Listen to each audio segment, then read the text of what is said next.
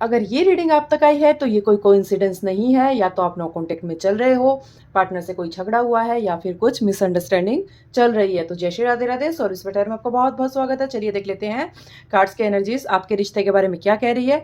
ऊपर वाले कार्ड्स मैंने निकाले हैं आपकी खुद की एनर्जीज के लिए, ताकि आपको ये पता चले कि ये रीडिंग आपके लिए, क्योंकि एक जनरल रीडिंग है, सबसे रेजोनेट हो ऐसा जरूरी नहीं होता है। तो जो ऊपर वाले कार्ड्स मैं आपकी एनर्जीज के लिए निकालूंगी, उससे आप पता कर सकते हो कि ये रीडिंग आपके लिए है या नहीं। ये एक जनरल रीडिंग है, सबसे रेजोनेट हो ऐसा ज़रूरी नहीं है, तो जितना रेजोनेट हो उतना क्लेम करो और बाकी का ड्रॉप कर दो। दूसरी चीज़, ये कोई जेंडर स्पेसिफिक नहीं है, लड़का और लड़की दोनों देख सकते हैं, बिल्कुल टाइमलेस है। जब भी आपके पास आएगी तब आपसे ये रेजोनेट कर सकती है। आज से अगर 1 महीने बाद भी, 2 महीने बाद भी इसको देखते हो तो ये आपसे रेजोनेट कर सकती है। तो चलिए स्टार्ट करते हैं पहले आपकी खुद की एनर्जीज के लिए। तो क्या है आपकी एनर्जीज में, मैं इसमें बताने वाली हूँ आपको राशि, नंबर, लेटर सब मैं बताऊंगी। तो पहला कार्ड द एम्प्रेस का आया है, दूसरा आया है द फूल, और तीसरा आया है 6 ऑफ सोर्ड्स। ठीक है, तो अगर मैं इसमें राशि देखूं तो मुझे टॉरस और लिब्रा की बहुत स्ट्रॉन्ग एनर्जी इसमें आ रही है, क्योंकि द एम्प्रेस वीनस एनर्जी को शो करता है। इसके साथ ही एरिस की भी स्ट्रॉन्ग एनर्जी यहाँ पे आ रही है द फूल कार्ड से, और एक्वेरियस या जेमिनी का भी मुझे हल्का टच यहाँ पे 6 ऑफ सोर्ड्स से दिखाई दे रहा है। अगर लेटर्स की मैं बात करूँ तो लेटर्स में मुझे ए दिख रहा है, एस, आर, एम, टी और पी, ये मुझे दिखाई दे रहा है। ये आपका या आपका पार्टनर का नेम हो सकता है या फिर सरनेम हो सकता है। नंबर्स अगर मैं देखूं तो मुझे 6, 3 और 1 सबसे ज़्यादा यहाँ पे दिखाई दे रहे हैं। कनेक्शन टाइप मुझे ये नॉर्मल रिलेशनशिप नहीं, कार्मिक लेसन जैसा मुझे दिखाई दे रहा है, और ट्विन फ्लेम जैसा भी मुझे यहाँ पे कुछ डीप पूल बनता हुआ दिखाई दे रहा है। मतलब आप दोनों का मिलना सिर्फ टाइम पास के लिए नहीं था, ये रिश्ता आपको बदलने के लिए आया है, आपको हील करने के लिए आया है। अगर फीलिंग्स की मैं बात करूँ तो द एम्प्रेस बताता है कि आपने इस रिश्ते को दिल से बहुत ज़्यादा निभाया है। आपने बहुत ज़्यादा उस पर्सन की केयर की है, प्यार दिया है, सपोर्ट दिया है। आपने कभी आधे दिल से उस पर्सन को प्यार नहीं किया है। आपके अंदर अभी भी उस इंसान के लिए बहुत, उस पर्सन के लिए बहुत ज़्यादा फीलिंग्स अभी भी मौजूद है। आप भले ही ऊपर से कितना भी स्ट्रॉन्ग दिखाने की कोशिश करो, लेकिन आप जानते हो कि आप उस पर्सन का कितना इंतज़ार कर रहे हो। नो कॉन्टैक्ट के बाद भी आपका दिल उनके लिए बुरा नहीं चाहता है। आप गुस्से में हो सकते हो लेकिन उनको हर्ट नहीं कर सकते हो। आप खुद हर्ट हो सकते हो लेकिन सामने वाले पर्सन को बिल्कुल भी हर्ट नहीं कर सकते हो। आपके अंदर की फीलिंग बहुत ज़्यादा सॉफ्ट है उस पर्सन के लिए। कभी कभी आपको लगता है कि अगर वो वापस आए तो आप फिर से अपना सब कुछ गुस्सा, सब कुछ भूल के उनके पास चले जाओगे। जो द फूल की एनर्जी है वो ये बताती है कि आपका एक हिस्सा ऐसा भी है जो एक नई शुरुआत करना चाहता है। मतलब एक मन आपका ऐसा भी है जो ये चाहता है कि इस रिश्ते को छोड़ के एक नई शुरुआत करें, लेकिन दूसरा ही मन ये चाहता है कि नहीं, वो पर्सन मुझे वापस चाहिए। आप बिल्कुल कन्फ्यूजन में चल रहे हो। एक तरफ आप सोचते हो कि सब भूल कर नई शुरुआत करनी चाहिए उसके साथ या फिर किसी और के साथ, लेकिन ये कन्फ्यूजन आपके बहुत ज़्यादा चल रहा है। दूसरी तरफ दिल पुरानी यादों में अटका हुआ है। कभी कभी आप बहुत इम्पल्सिव फील करते हो, मैसेज करूं, कॉल करूं या ना करूं, या फिर उसको ब्लॉक कर दूं।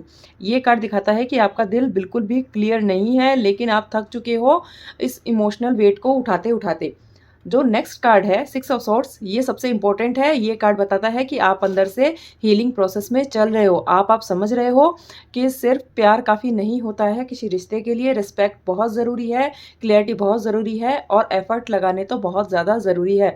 आप धीरे धीरे इमोशनल पेन से बाहर निकलने की कोशिश कर रहे हो। अभी भी रात को उनकी याद आपको आती है, पुरानी चैट्स, मोमेंट्स आपको याद आते हैं, लेकिन पहले जैसे तोड़ देने वाले अब नहीं रहे। दर्द अब आपके थोड़ा सा कंट्रोल में आने लगा है। आपकी फीलिंग में एक साइलेंट होप मुझे बनती हुई दिखाई दे रही है। आप ओपनली नहीं बोलते हो, एक्सप्रेस नहीं करते हो, लेकिन अंदर से चाहते हो कि उस पर्सन को रियलाइज़ हो। आप चाहते हो कि उन्हें समझ आए कि आपने उनके लिए क्या किया, उनको क्या क्या दिया है। क्योंकि यहाँ मुझे दिखाई दे रहा है कि आपने अपने पर्सन की इमोशनली और फाइनेंशियली भी शायद उसकी हेल्प की है, लेकिन साथ ही आपका जो सेल्फ रिस्पेक्ट है वो आपको अब आगे बढ़ने से इसमें अब रोक रहा है।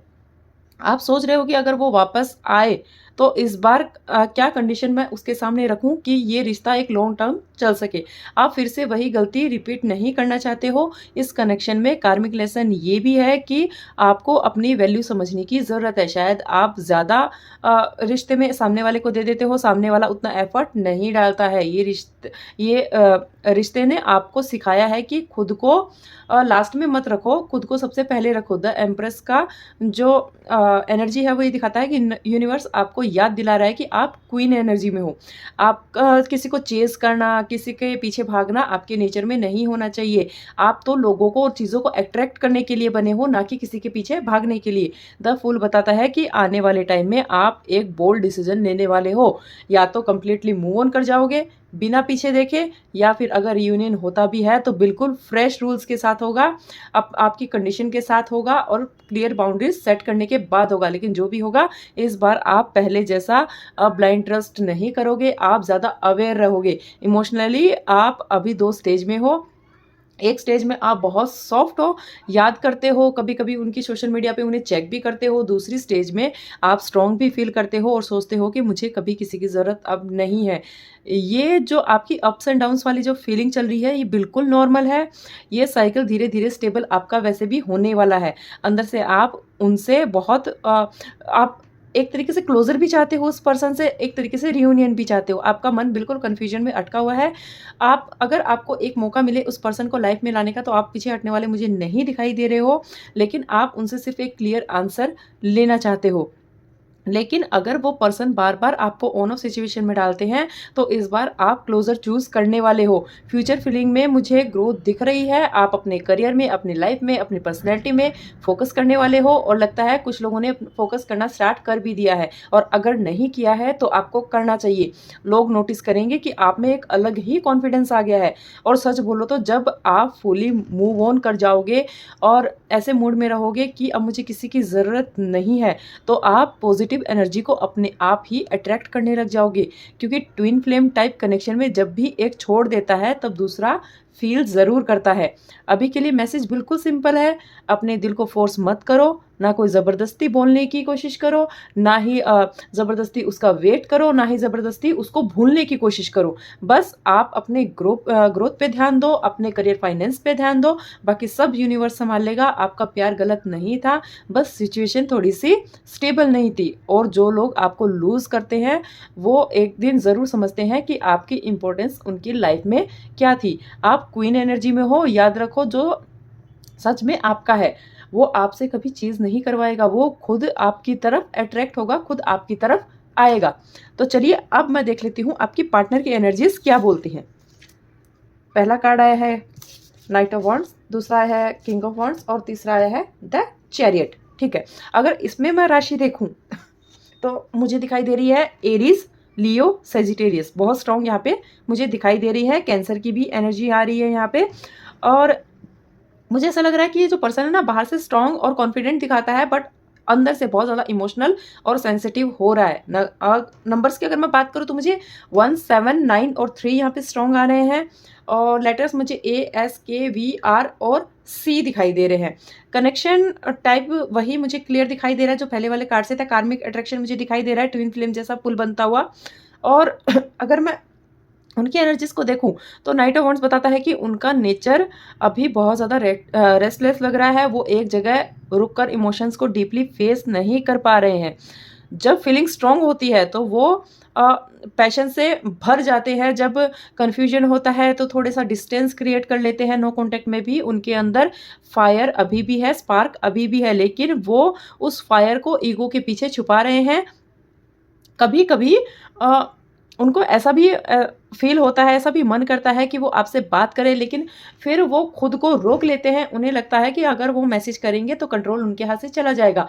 किंग ऑफ वॉन्ड्स बताता है कि वो आपको लाइटली नहीं ले रहे हैं। उनकी नज़र में आप स्पेशल हो, लेकिन प्रॉब्लम ये है कि वो अपनी इमेज और सेल्फ रिस्पेक्ट को बहुत ज़्यादा इम्पोर्टेंट देते हैं। वो चाहते हैं कि सिचुएशन उनके हिसाब से चले।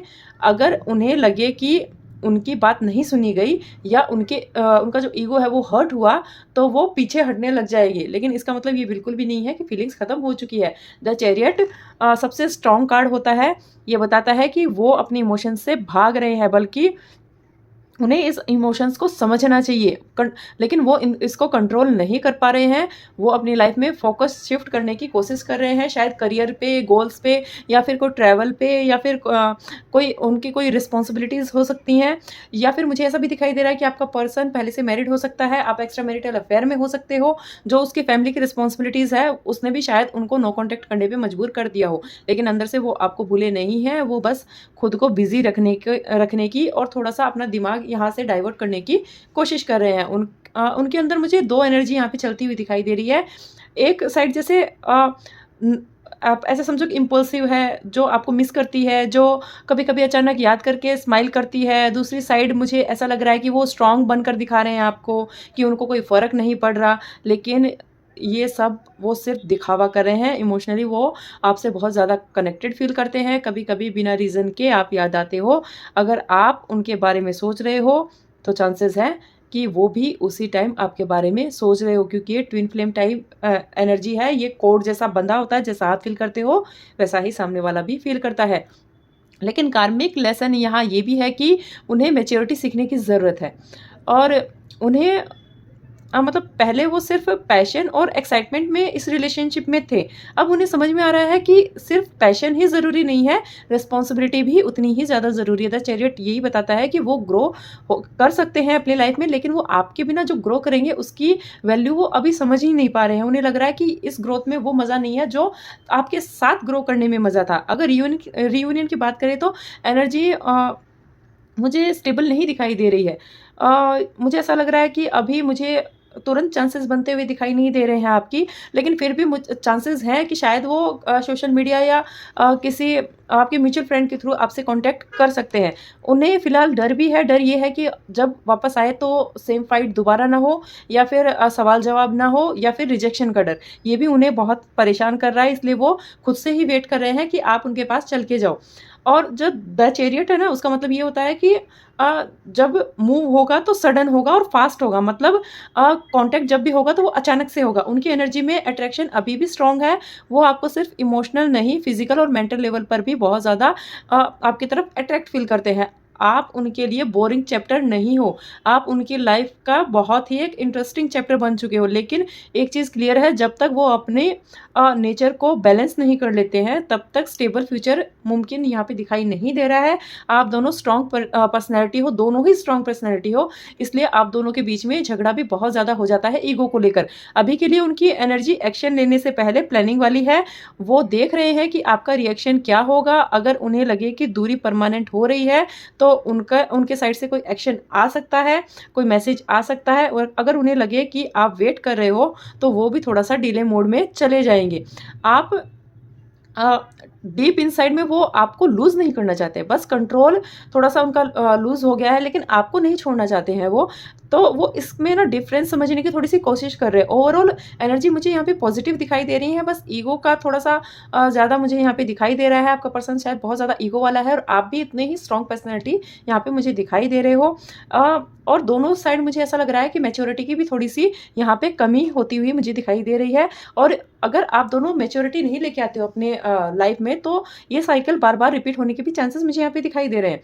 और अगर मैं इस रिश्ते का फाइनल आउटकम देखूं तो मुझे यहाँ पे ईगो वर्सेस मैच्योरिटी दिखाई दे रही है। अगर दोनों अपने ईगो को पकड़ कर रखेंगे तो आउटकम होगा स्लो डिस्टेंस, फिर इमोशनल डिटैच, और फिर लाइफ में एक अलग डायरेक्शन।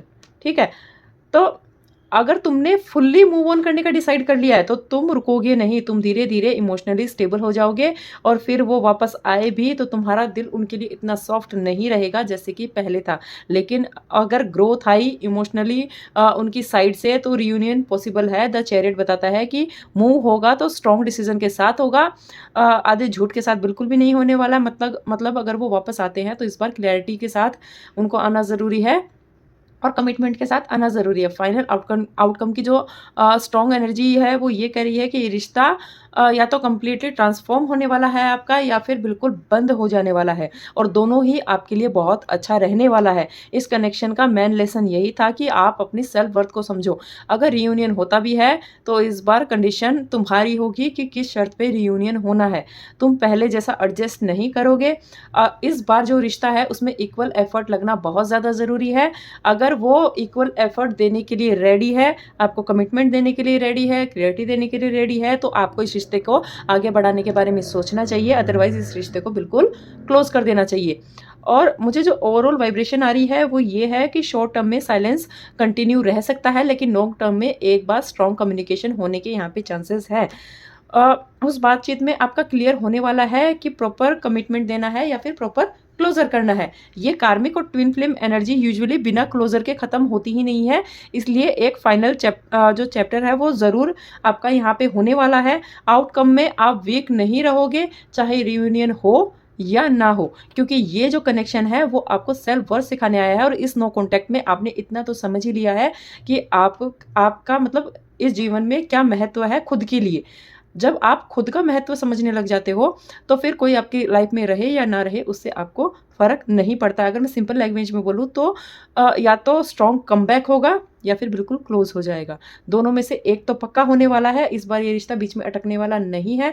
तो आप तैयार रहिए इस चीज़ के लिए। दोनों ही जो चीज़ें होगी वो आपकी जो लाइफ है उसको स्टेबल बनाने के लिए होगी, आपकी ग्रोथ के लिए होगी, इसलिए इस बार आपको मैच्योरिटी रखनी ज़रूरी है। तो चलिए आज की इस रीडिंग को यहीं पे ख़त्म करते हैं। अगर ये रीडिंग आपसे रेजोनेट हुई हो तो लाइक शेयर और फॉलो ज़रूर करना है, कमेंट कीजिए। और अगर आप अपने लव करियर फाइनेंस को डीपली जानना चाहते हो तो स्क्रीन पे दिख रहे नंबर पे आप मुझे व्हाट्सअप मैसेज कीजिए। जो पर्सनल रीडिंग होती है वो पेड होती है, चार्जेस होते हैं, फ्री रीडिंग नहीं होती है। तो चलिए आज के लिए इतना ही। जय श्री राधे राधे।